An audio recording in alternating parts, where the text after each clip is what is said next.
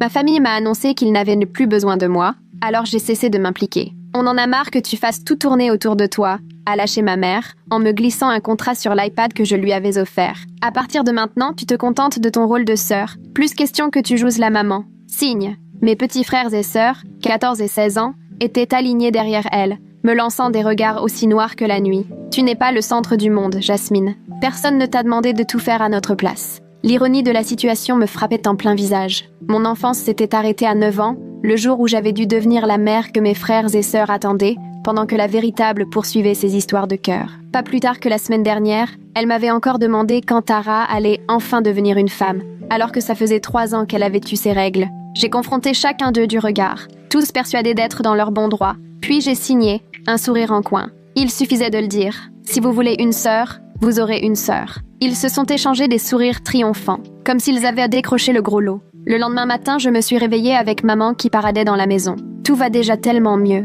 déclarait-elle à son nouveau copain, le haut-parleur allumé. J'aurais dû prendre les choses en main il y a des années. Mes frères et sœurs se pavanaient, fiers comme des coqs, dégustant les plats que j'avais préparés le dimanche, portant les vêtements que j'avais lavés pour eux. Voilà une vraie famille, fanfaronnait maman. Pas la dictature de Jasmine. C'est à ce moment-là que j'ai décidé de leur donner exactement ce qu'ils réclamaient. Le lundi matin, j'ai savouré mon tout premier Starbucks au petit déjeuner. J'ai même testé la fameuse tendance du rouleau à glace. Pendant ce temps, maman découvrait à ses dépens qu'on ne réveille pas des ados d'un claquement de doigts. Mon frère Sian a séché son premier contrôle. Tara est arrivée à la cantine dans ses fringues de la veille, les cheveux en bataille, sans un sou pour s'acheter à manger. Maman, elle, a récolté un avertissement au boulot après être arrivée avec 2 heures de retard, n'ayant aucune idée de ce qu'implique une routine matinale. Dès jeudi, la maison racontait à elle seule tout le chaos ambiant. À mon retour, j'ai trouvé mon frère en survêtement pour aller en cours. Toutes ses autres chemises empestèrent la transpiration à plein nez. Maman suppliait la compagnie d'électricité au téléphone pour obtenir un délai de paiement.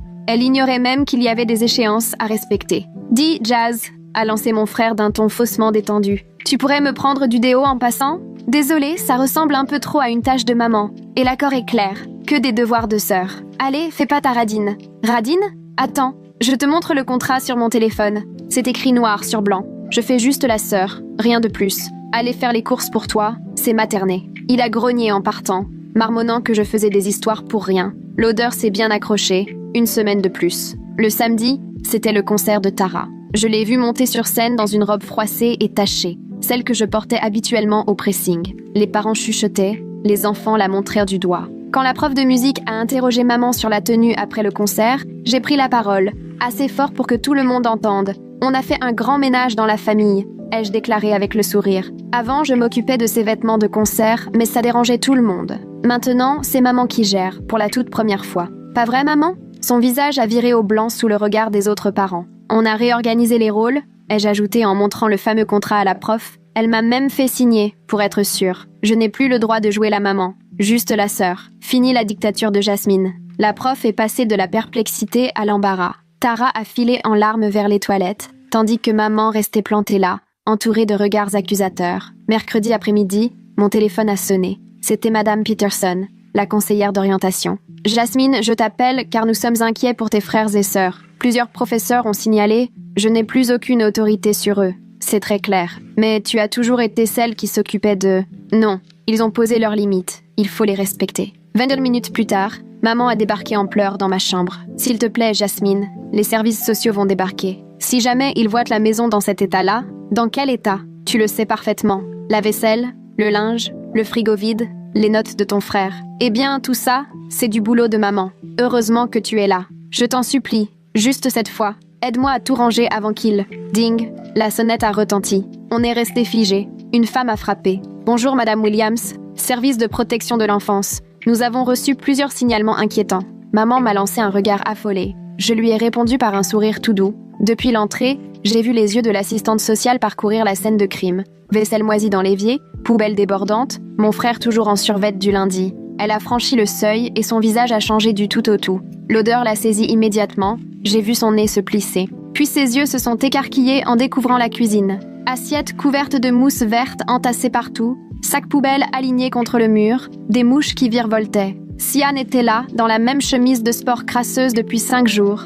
énormes auréoles jaunes sous les bras. L'assistante sociale a sorti sa tablette et s'est mise à tout photographier. Maman, elle, est restée figée, incapable du moindre geste, pendant que l'appareil crépitait. La femme a traversé le salon, immortalisant les cartons de pizza au sol, la montagne de linge sale sur le canapé. Elle a ouvert le frigo, a reculé, écœurée de n'y trouver qu'un Tupperware verdâtre oublié là. Maman a fini par sortir de sa torpeur, bredouillant à toute vitesse. C'est juste une mauvaise passe. D'habitude, c'est beaucoup plus propre. L'assistante sociale lui a lancé un regard sans équivoque. Madame Williams, nous avons reçu plusieurs signalements de l'école concernant vos enfants ces 2 dernières semaines pour des problèmes récurrents. Elle lui a montré l'écran de sa tablette. Votre fils porte les mêmes vêtements depuis plusieurs jours. Votre fille est venue à son concert dans une tenue inadaptée. Les 2 enfants se sont plaints à leurs enseignants qu'ils avaient l'air faim. La bouche de maman s'est ouverte et refermée, perdue, incapable de trouver ses mots. Je dois parler à chaque enfant séparément en commençant par Jasmine. Elle a montré la table de la salle à manger,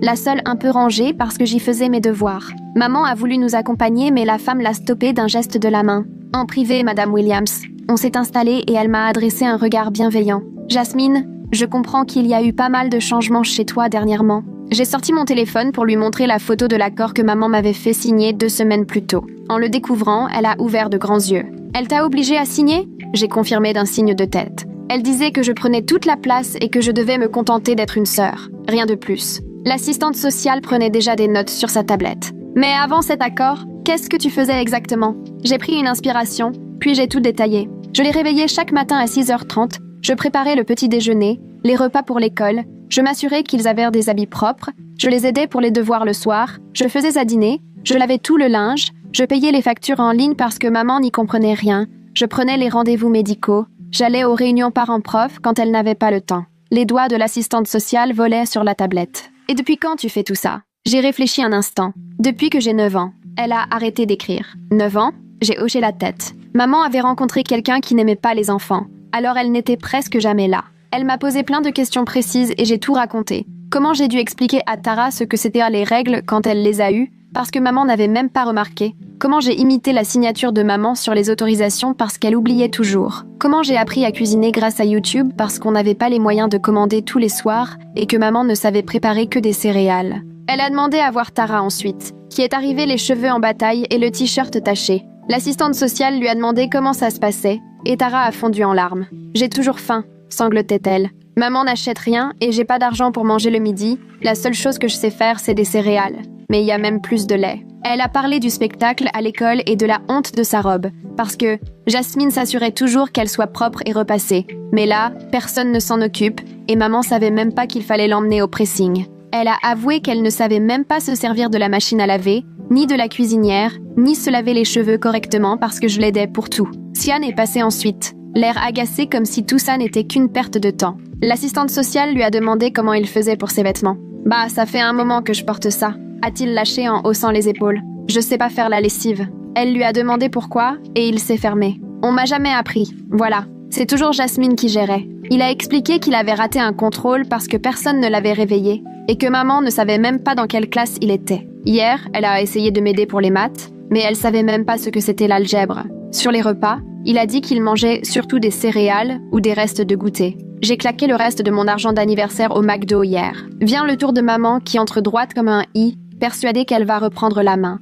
On entendait des bribes de discussion depuis le salon. L'assistante sociale posait des questions sur les horaires, et maman ne savait même pas à quelle heure commence l'école. Sur les profs des enfants, elle n'a pas pu en citer un seul. Sur la santé, elle ignorait que Tara était allergique ou que Kian avait besoin de lunettes. Puis, sa voix est montée d'un cran. Tout ça, c'est la faute de Jasmine. Elle m'en veut à cause de cet accord. L'assistante sociale est restée imperturbable. Madame Williams, peu importe ce que fait ou ne fait pas Jasmine, c'est vous la mère. Mais maman n'a pas lâché, répétant que j'essayais de la faire passer pour une mauvaise mère, jusqu'à ce que la femme la coupe nette. Pouvez-vous me dire dans quelle classe est votre fils ? La pointure de votre fille ? La date de leur dernier rendez-vous chez le dentiste ? Silence total. L'assistante sociale est ressortie, a passé plusieurs coups de fil devant nous. « Oui, il faut intervenir tout de suite », disait-elle. « Le logement n'est pas salubre. Il y a clairement négligence. Les enfants manquent de nourriture et n'ont pas de vêtements adaptés. » Maman s'est effondrée en larmes, m'a attrapée par le bras. « Dis-leur que tu vas nous aider, que c'est juste temporaire. » Je l'ai regardée sans broncher. « Tu m'as fait signer un accord, tu te rappelles ? » Moins d'une heure plus tard, 2 autres agents de la protection de l'enfance ont débarqué avec des carnets et des appareils photos. Ils ont inspecté chaque pièce, pris des clichés, noté tout ce qui n'allait pas. Ils ont trouvé la salle de bain remplie de moisissures noires, des toilettes pas nettoyées depuis des lustres, le frigo vide, la poubelle qui débordait, la pile de vaisselle sale. Dans la chambre de Tara, ils sont tombés sur une culotte tachée de sang, abandonnée parce qu'elle ne savait pas quoi faire de ses règles et que je n'étais plus là pour l'aider. Ils l'ont interrogée et elle s'est remise à pleurer, expliquant qu'elle ne savait pas comment faire sans moi. La responsable du dossier est arrivée dans un gros 4x4 noir, cheveux gris, le visage marqué par l'expérience. Après avoir épluché toutes les photos et les notes, elle s'est tournée vers maman. Grave. Madame Williams, vu ce qu'on a constaté aujourd'hui, nous allons placer vos 2 enfants mineurs en urgence. Maman s'est effondrée à genoux, en sanglots. Je vous en supplie, laissez-moi juste un peu plus de temps pour m'organiser. La responsable a secoué la tête. Madame, vos enfants vivent dans des conditions dangereuses, sans soins ni surveillance adaptée. Les mots sont restés en suspens à peine 2 secondes avant que maman ne s'effondre complètement. Elle s'est accrochée au pantalon de la responsable et s'est effondrée en sanglots, si forts et déchirants que tout le monde ne savait plus où se mettre. La responsable a fait un pas en arrière, appelant les autres agents d'un signe de tête. Ils sont tout de suite montés à l'étage. J'entendais les valises sortir du placard du couloir, les tiroirs qu'on ouvrait dans les chambres de mes frères et sœurs. Tara a couru derrière eux en criant qu'il n'avait pas le droit de toucher à ses affaires, mais un agent l'a bloqué en douceur et lui a expliqué qu'il faisait juste les bagages. Kylian, lui, est resté planté dans l'embrasure du salon, figé, comme s'il n'arrivait pas à réaliser ce qui se passait. Son visage est passé de l'incompréhension à la colère, puis à la peur, en à peine 10 secondes. Les agents sont redescendus avec 2 petits sacs, dérisoires quand on pense que c'était tout ce que mes frères et sœurs emportaient pour on ne savait combien de temps. Tara pleurait à chaudes larmes, le nez qui coulait et tout son corps secoué de sanglots. Elle me lançait des regards, comme si j'étais censée tout arranger, alors que je restais là, les bras croisés, impuissante. Sian a fini par sortir de sa stupeur et s'est mis à plaider auprès de la responsable, répétant que tout cela était une énorme erreur. Elle lui a répondu, calme, que la décision était prise et qu'ils devaient la suivre. D'un coup, maman s'est jetée sur moi, agrippant mon bras si fort que ses ongles m'ont griffé. « S'il te plaît, Jasmine, dis-leur que tu vas les aider. » Son visage était tout près du mien. J'ai senti son haleine chargée de café. « Dis-leur que tu vas tout gérer, comme tu l'as toujours fait. » J'ai détaché doucement ses doigts de mon bras, un à un. « Tu m'as fait signer un accord pour que je n'aie plus à m'occuper d'eux. » Elle s'est mise à me secouer, à crier que j'étais cruelle, mais la responsable l'a éloignée. L'assistante sociale s'est tournée vers moi pendant que les autres s'occupaient de maman. « Jasmine, tu as plus de 18 ans. Tu n'es pas obligée de venir avec nous, mais as-tu un endroit où aller en sécurité ?» J'ai acquiescé, lui expliquant que j'avais déjà prévu de dormir chez mon amie Sarah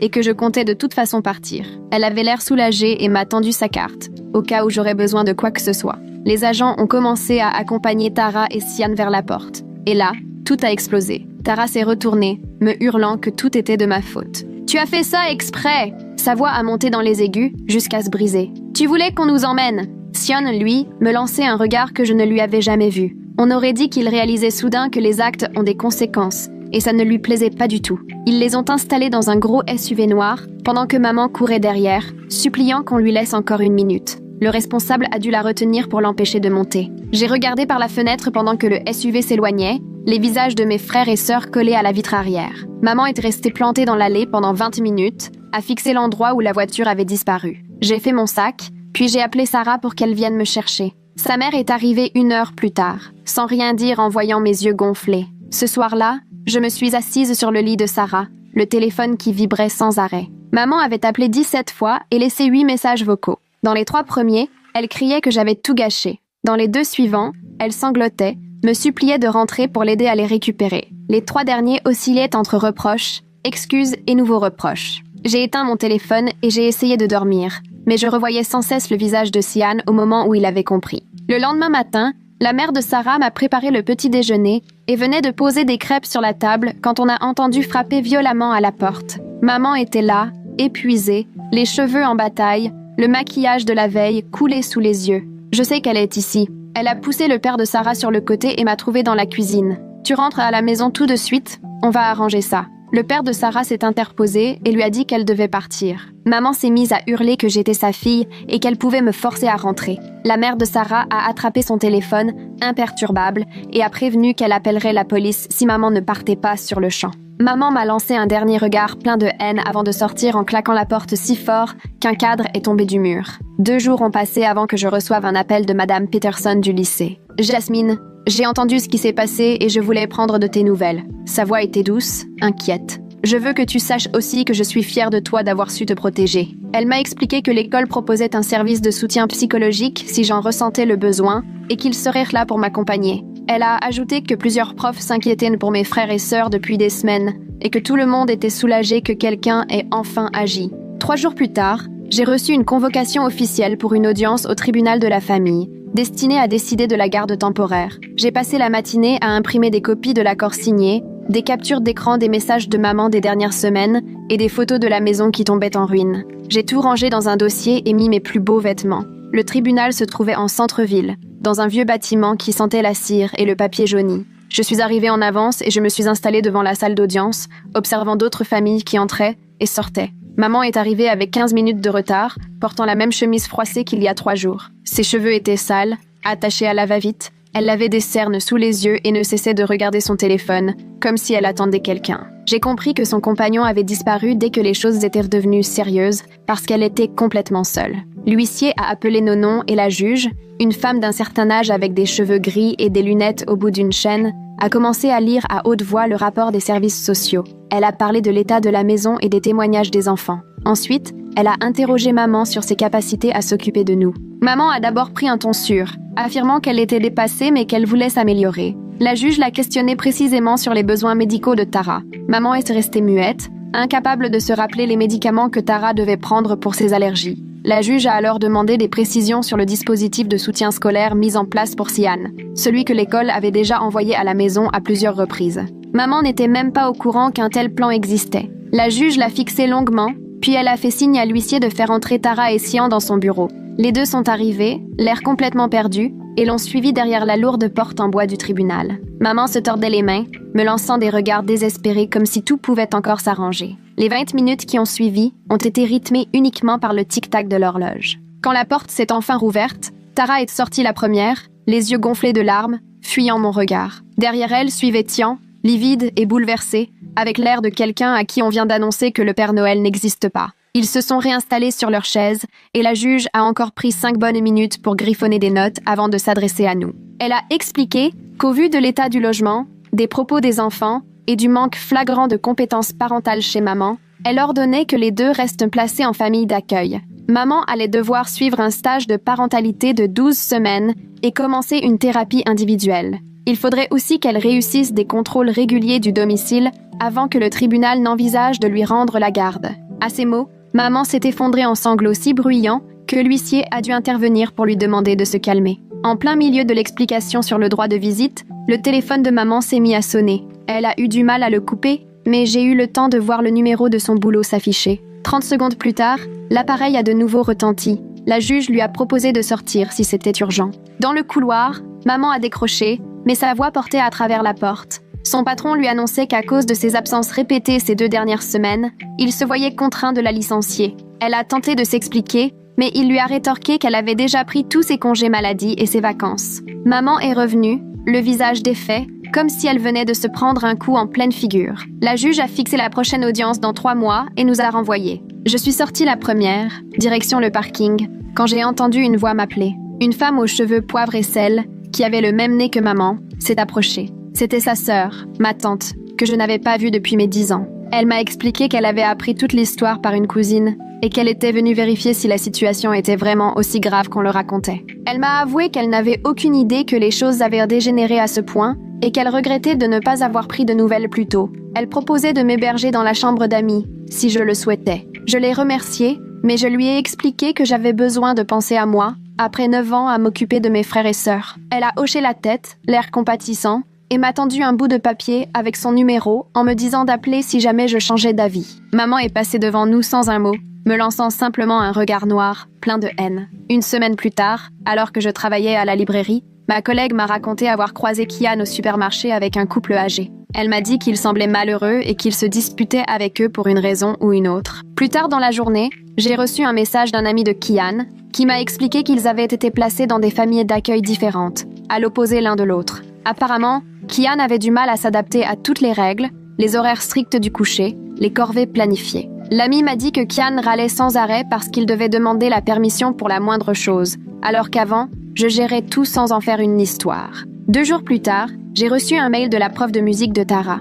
Elle voulait m'informer que Tara avait dû quitter l'orchestre parce que sa famille d'accueil habitait à 45 minutes de l'école. La prof m'a écrit qu'elle était vraiment peinée de perdre une élève aussi douée et se demandait s'il n'y avait pas une solution. Je lui ai répondu que je n'étais plus la tutrice de Tara et qu'il fallait qu'elle contacte directement l'aide sociale à l'enfance à ce sujet. Elle m'a répondu qu'elle comprenait, mais trouvait dommage que Tara ne puisse pas continuer, vu son potentiel. Ce week-end-là, j'étais en train de faire mes devoirs quand maman m'a appelée, en pleurs. Elle venait de terminer son premier cours de parentalité et n'en revenait pas de tout ce qu'elle ignorait. Ils avaient repassé 2 heures rien que sur les bases du développement de l'enfant et elle s'est rendue compte qu'elle ne savait même pas ce qui était normal pour un ado de 14 ou 16 ans. Elle m'a raconté que l'intervenant avait demandé à chaque parent de décrire la routine du matin avec leurs enfants et qu'elle était la seule à ne pas en avoir. Elle m'a supplié de l'aider à comprendre certaines choses abordées en cours, mais je lui ai expliqué que ça allait à l'encontre du principe même de la formation. Elle m'a raccroché au nez. Pour la première fois depuis que j'avais 9 ans, j'ai commencé à penser à moi.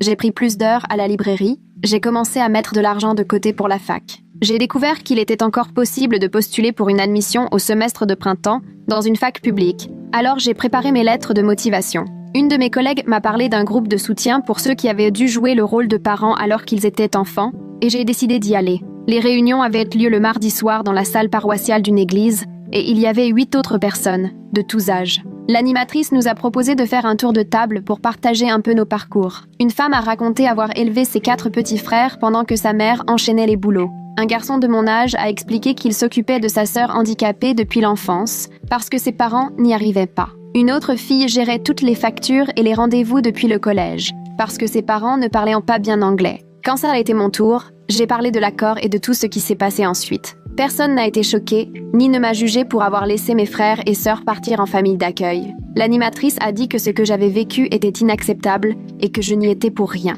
Elle a expliqué que la parentification était une forme de maltraitance, même si on n'en a pas toujours conscience. Écouter les autres raconter leurs histoires m'a fait prendre la mesure de la complexité de mon enfance. Tous parlèrent de la culpabilité ressentie quand ils avaient enfin arrêté de porter les autres à bout de bras. Une femme a dit qu'il lui avait fallu des années de thérapie pour comprendre qu'elle pouvait avoir sa propre vie. Le groupe m'a conseillé plusieurs livres et m'a indiqué des sites pour m'aider à me reconstruire après avoir été parentifiée. Ce soir-là, mon portable a vibré. Un message d'un numéro inconnu me demandait de laisser entrer quelqu'un chez moi pour récupérer ses affaires parce que maman ne répondait pas. Le message expliquait que c'était son compagnon, qu'il avait simplement besoin de ses vêtements de travail et de son ordinateur. J'ai à peine eu le temps de lire avant de bloquer le numéro sans la moindre hésitation. Les 3 semaines suivantes se sont écoulées lentement. Je prenais mes marques chez mon ami, j'allais travailler à la librairie, j'assistais aux réunions du groupe de soutien et, chose rare, je dormais enfin la nuit. Un mardi après-midi, alors que je me préparais un sandwich dans la cuisine de mon ami,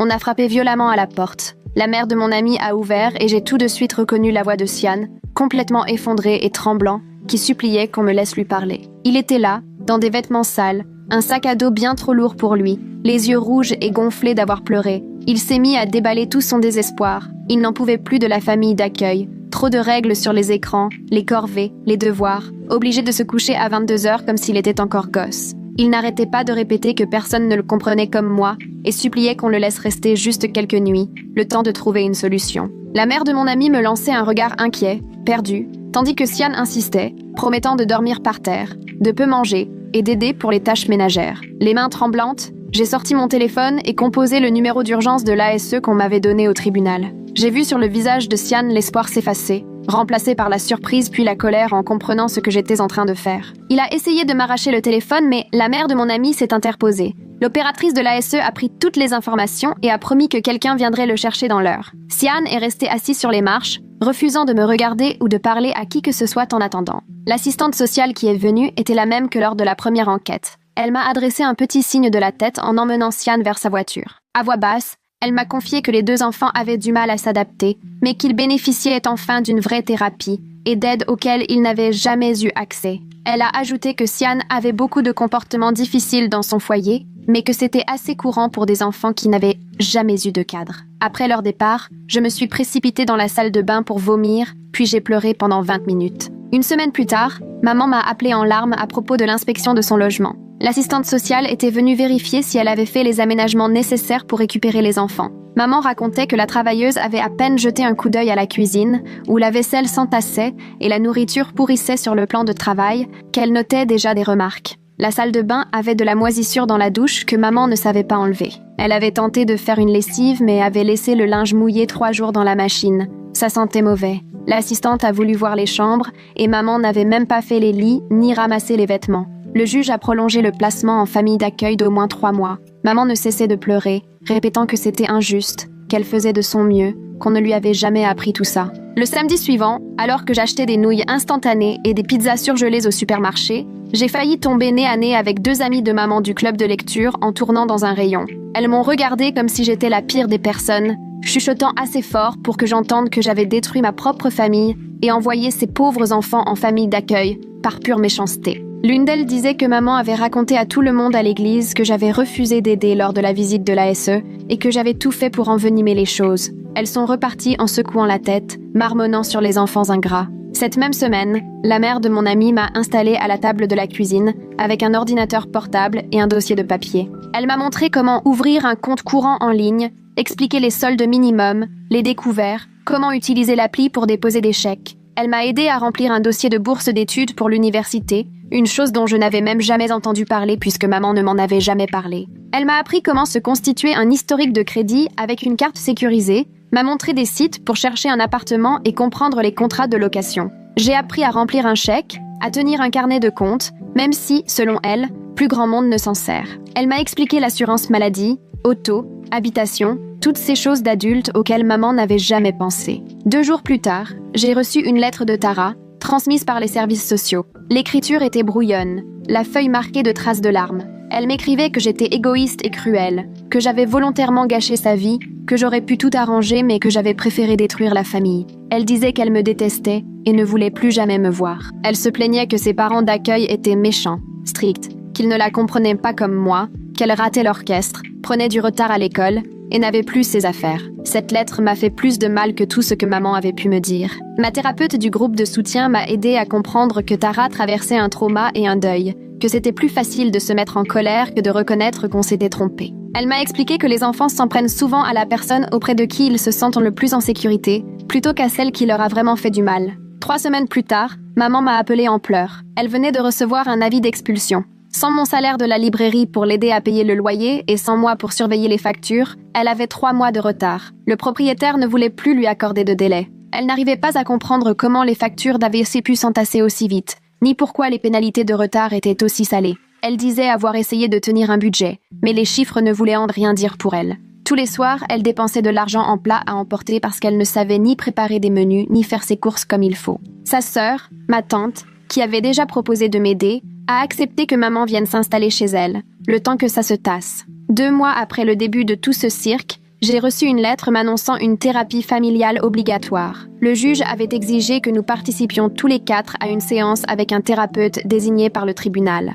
La lettre précisait que c'était une étape vers la réunification et que la présence de chacun était indispensable. La séance était fixée au jeudi suivant, au tribunal. Maman est arrivée avec une allure que je ne lui connaissais plus depuis des années. Ses cheveux étaient coiffés et soigneusement brossés, ses vêtements propres et assortis, et pour une fois, elle avait l'air sobre. Elle avait maigri, ses yeux étaient plus clairs. Elle s'est assise face à moi dans la salle d'attente, sans rien dire. Quand notre tour est venu, la thérapeute nous a installés en cercle, maman entre moi et elle. Tara et Sian étaient en face, visiblement mal à l'aise et remontées. La thérapeute a commencé par demander à maman ce qu'elle avait retenu de ses cours de parentalité. Maman a parlé 10 minutes du développement des enfants, des attentes selon l'âge, et de la façon dont elle avait réalisé qu'elle n'avait jamais vraiment compris ce dont un enfant avait besoin à chaque étape. Puis la thérapeute lui a posé franchement la question. Quel était mon rôle dans la famille avant que tout dérape? Maman s'est tue, fixant longtemps ses mains. Finalement, elle a levé les yeux vers moi, les larmes coulant sur ses joues, et elle a prononcé les mots que j'attendais depuis 9 ans. Elle a reconnu m'avoir obligée à jouer le rôle de parent, m'avoir volé mon enfance, avoir été égoïste, négligente et s'être trompée. Elle a dit comprendre à présent que ce qu'elle m'avait fait, c'était de la maltraitance, même si elle ne m'avait jamais frappée ni voulu me blesser. Elle a expliqué que les cours lui avaient ouvert les yeux sur les dégâts causés à toute la famille. C'était la première fois qu'elle prenait vraiment ses responsabilités, mais en l'écoutant, tout ce que je ressentais, c'était un immense vide, parce qu'il était bien trop tard pour que des excuses réparent ce qui avait été brisé. La thérapeute s'est alors tournée vers Tara pour lui demander ce qu'elle ressentait face à tout ça. Le visage de Tara s'est effondré, Les larmes ont coulé pendant qu'elle me regardait avec un mélange de douleur et de colère qui m'a noué la gorge. Elle s'est essuyé le nez du revers de la manche et a expliqué à la thérapeute que je lui manquais à en avoir mal, mais qu'elle me détestait aussi de laisser tout s'écrouler. Elle disait ne pas comprendre pourquoi je ne pouvais pas, comme toujours, remettre tout en ordre. La thérapeute a hoché la tête, puis, d'une voix posée, a expliqué que la colère de Tara était en fait dirigée contre maman, mais qu'il lui était plus facile d'en vouloir à sa grande sœur. Elle lui a rappelé que, moi aussi, je n'étais qu'une enfant quand j'ai commencé à m'occuper de tout le monde, et que ce n'était pas à moi de porter ce poids-là. Tara a continué à pleurer, de plus en plus fort, jusqu'à étouffer de petits sanglots. La thérapeute lui a tendu des mouchoirs et a attendu qu'elle retrouve son calme avant de se tourner vers Sian. Mon frère était là, occupé à triturer un trou dans son jean, sans croiser le regard de personne. La thérapeute a dû lui poser la question 3 fois avant qu'il marmonne qu'il savait très bien que ce qu'il m'avait fait était injuste. Il a dit que c'était moi qui les avais élevés pendant que maman ne faisait rien, mais qu'il n'avait pas envie de renoncer au confort d'avoir quelqu'un pour tout gérer à sa place. Il m'a à peine regardé et a lâché un désolé, mais j'ai bien senti à son ton qu'il regrettait surtout que sa vie tranquille touche à sa fin. La thérapeute a pris des notes dans son carnet, longuement, avant de lever les yeux vers nous tous. Elle a recommandé que nous poursuivions chacun une thérapie individuelle avant d'envisager de reconstruire une dynamique familiale. Elle a insisté sur le fait que maman devait prouver qu'elle pouvait être une vraie mère, et que, de mon côté, j'avais besoin de temps pour me découvrir sans le poids de m'occuper de tout le monde. Maman a acquiescé en promettant de tout faire pour récupérer les enfants, tandis que j'ai été claire, je ne reviendrai pas, quoi qu'il arrive. La séance s'est clôturée sur la prise de rendez-vous individuelle pour chacun, avec le rappel que le chemin serait long. 2 semaines plus tard, en rentrant du travail, j'ai trouvé une grosse enveloppe de l'université d'État posée sur mon lit. Mes mains tremblaient en découvrant la lettre d'admission. On m'offrait une bourse complète grâce à mes notes et à la rédaction que j'avais faite sur ma situation. Je me suis assise, incapable de détacher les yeux de la lettre, n'ayant jamais vraiment cru possible de partir et de recommencer ailleurs. La mère de mon amie m'a trouvée en pleurs, m'a prise dans ses bras pendant que je lui montrais la lettre. Elle m'a aidée à remplir tous les formulaires pour le logement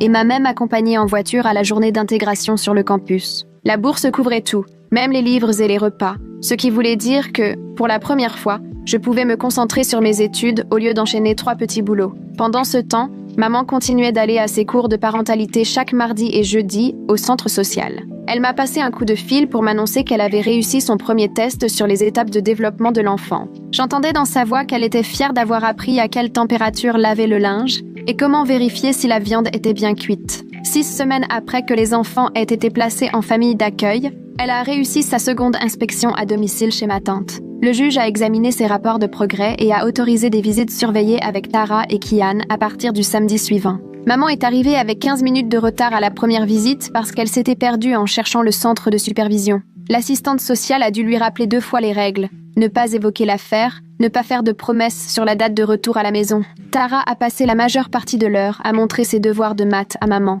tandis que Kian jouait sur son téléphone et n'a pratiquement pas décroché un mot. La deuxième visite s'est mieux déroulée. Cette fois, maman avait pensé à emporter des goûters, mais elle avait oublié l'allergie de Tara aux cacahuètes et avait choisi des sandwichs au beurre de cacahuètes et à la confiture. Lors de la 3e visite, elle est arrivée pile à l'heure avec des encas adaptés, mais elle n'a pas pu aider Kian pour son exposé d'histoire. La guerre de sécession, elle n'y connaissait rien, mélangeait les dates et ne savait plus qui avait gagné, à tel point que Kian a fini par se lasser et ne plus lui poser de questions. Après 2 mois de visites surveillées, le juge a tout réévalué et décidé que maman pourrait désormais avoir les enfants le week-end. Les enfants passèrent donc la semaine chez leur famille d'accueil, avec un cadre et de l'aide pour les devoirs, et rentrèrent chez maman du vendredi soir au dimanche. Ce tout premier week-end, maman est arrivée avec 2 heures de retard. Elle avait tout simplement oublié à quelle heure finissait l'école. Elle ne savait pas non plus que Tara avait répétition d'orchestre le samedi, ou que Kian travaillait à l'épicerie le dimanche matin. 3 mois ont passé ainsi, et maman a fini par s'habituer petit à petit à leurs emplois du temps, même si elle se trompait encore parfois. Pour le juge, le système fonctionnait suffisamment bien pour être maintenu. Les enfants retrouvaient une stabilité la semaine, avec des familles d'accueil qui les accompagnaient dans les devoirs et les conduisaient là où il fallait. Puis, août est arrivé, et j'ai tout rangé dans 2 valises et un sac à dos pour partir à la fac. Les parents de mon ami m'ont déposé sur le campus et aidé à monter mes affaires jusqu'à ma chambre, au 3e étage. Ma colocataire était déjà installée et vidait ses cartons. On aurait dit qu'elle avait emporté toute sa chambre d'ado, guirlandes lumineuses et coussins compris. Elle râlait parce que sa mère l'avait déjà appelée 4 fois dans la journée pour vérifier si tout se passait bien. Je me suis contentée d'acquiescer, incapable de m'identifier à quelqu'un dont la mère pouvait être aussi présente. Cette première semaine à la fac m'a donné l'impression de débarquer dans un monde où personne ne connaissait mon histoire. Je pouvais me fondre dans la masse, être juste une étudiante comme les autres, préoccupée par le choix des cours ou la difficulté à trouver le self. 3 semaines après la rentrée, j'ai reçu une notification Instagram de Tara. Elle m'avait envoyé une photo d'elle à côté d'une machine à laver, avec une légende expliquant que sa famille d'accueil lui avait appris à séparer les couleurs du blanc. Ce n'était pas grand-chose, mais ça m'a touchée qu'elle ait envie de partager ça avec moi après tout ce qu'on avait traversé. J'ai aimé la photo et répondu d'un cœur. 1 mois plus tard, Kian m'a écrit sur Facebook pour me demander si je pouvais relire sa lettre de motivation pour la fac. Il a commencé par dire qu'il avait besoin d'aide en grammaire, puis il s'est ravisé et a envoyé un autre message pour rappeler que je n'étais plus censée l'aider. On a tous les deux répondu avec des émojis morts de rire. Et le simple fait d'admettre à quel point tout était devenu bizarre rendait la situation un peu plus légère. 2 nouveaux mois se sont écoulés. Maman respectait le rythme des week-ends et arrivait à l'heure de plus en plus souvent. Les rapports de l'assistante sociale signalaient chaque petit progrès. Maman préparait les déjeuners et demandait pour les devoirs, même si elle ne pouvait pas vraiment apporter son aide. Lors de l'audience suivante, le juge a tout relu et décidé que maman pourrait les avoir toute la semaine des vacances de printemps, histoire de voir comment elle s'en sortirait. Depuis ma chambre universitaire, j'ai vu Tara poster des photos d'eux au parc et Kian partager une vidéo où maman tentait de faire des crêpes maison au lieu d'acheter une préparation. Les crêpes étaient assez ratées, mais tout le monde riait, ce qui ne m'était encore jamais arrivé de voir. Quand la semaine s'est terminée sans drame, le juge a validé la réunification complète à la fin de l'année scolaire. Maman devait continuer la thérapie et les cours de parentalité,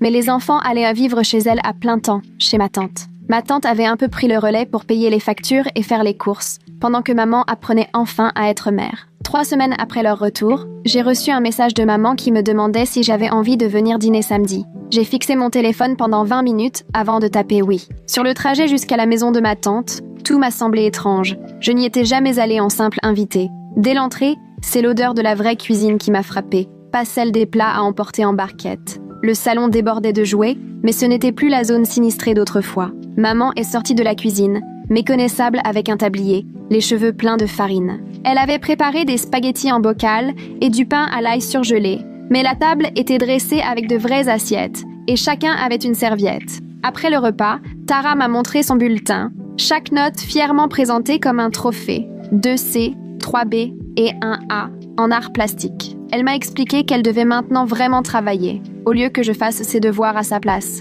mais que sa famille d'accueil lui avait appris à utiliser des fiches de révision. Les notes n'étaient pas aussi bonnes qu'avant, mais cette fois, elle les avait méritées. Kian a sorti son téléphone pour me montrer des photos de l'épicerie où il bossait 3 soirs par semaine à remplir les rayons. Il avait déjà mis de côté 400 $ et avait repéré une Honda d'occasion qu'il espérait acheter bientôt. Son responsable disait de lui que c'était l'un des employés les plus fiables, et il en était fier comme jamais je ne l'avais vu. Après le dîner, maman m'a proposé qu'on sorte discuter dehors, pendant que les enfants faisaient la vaisselle. Apparemment, leur nouvelle corvée. Elle s'est assise sur les marches du perron et s'est mise à pleurer avant d'avoir pu dire un mot. Elle m'a confié que sa thérapeute lui avait ouvert les yeux sur ce qu'elle m'avait fait vivre, sur ces 9 années d'enfance qu'elle m'avait volées. Elle s'est excusée de m'avoir fait porter le rôle de la maman alors que je n'étais qu'une gamine qui essayait de s'en sortir. Elle a reconnu ne même pas se souvenir de la moitié de mon enfance, trop absorbée par ses petits copains et les fêtes pour prêter attention à moi. Ses mains tremblaient, alors qu'elle expliquait que les cours de parentalité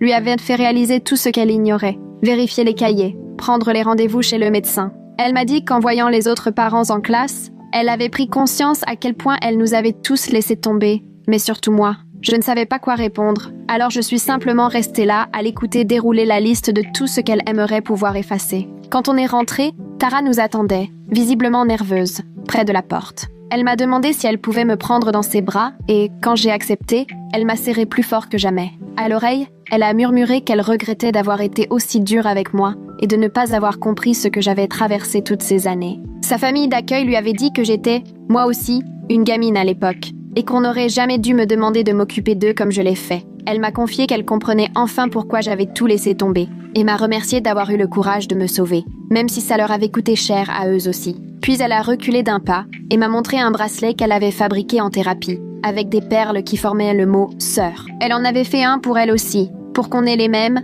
comme de vraies sœurs devraient avoir. C'est alors que Chian s'est approché et, fidèle à lui-même, a fait ce geste un peu maladroit typique des garçons. Il m'a donné une tape sur l'épaule en disant « Merci de nous avoir obligés à grandir ». Il a reconnu qu'il savait bien que ce qu'il me faisait subir n'était pas juste, mais qu'il trouvait ça pratique de tout me laisser gérer, juste pour ne pas avoir à s'en mêler. Perdre tout ce qu'il avait lui avait fait ouvrir les yeux sur le poids que je portais et sur l'absurdité de m'avoir laissé tout assumer. 6 mois s'étaient écoulés depuis la première visite des services sociaux. Rien n'était parfait, mais tout était différent. Maman savait désormais préparer 5 dîners différents, même si ce n'était jamais très compliqué. Tacos, spaghettis, ce genre de choses. Les petits faisaient leur lessive et leurs devoirs sans qu'il faille leur rappeler sans cesse. Pour la première fois, je suivais des cours qui me passionnaient vraiment et je rencontrais des gens qui ignoraient tout de mon passé. Jamais maman ne décrocherait un trophée de la meilleure maman de France, mais pour une fois, elle faisait de vrais efforts. Mes frères et sœurs, eux, avaient enfin compris comment se comporter comme des ados normaux,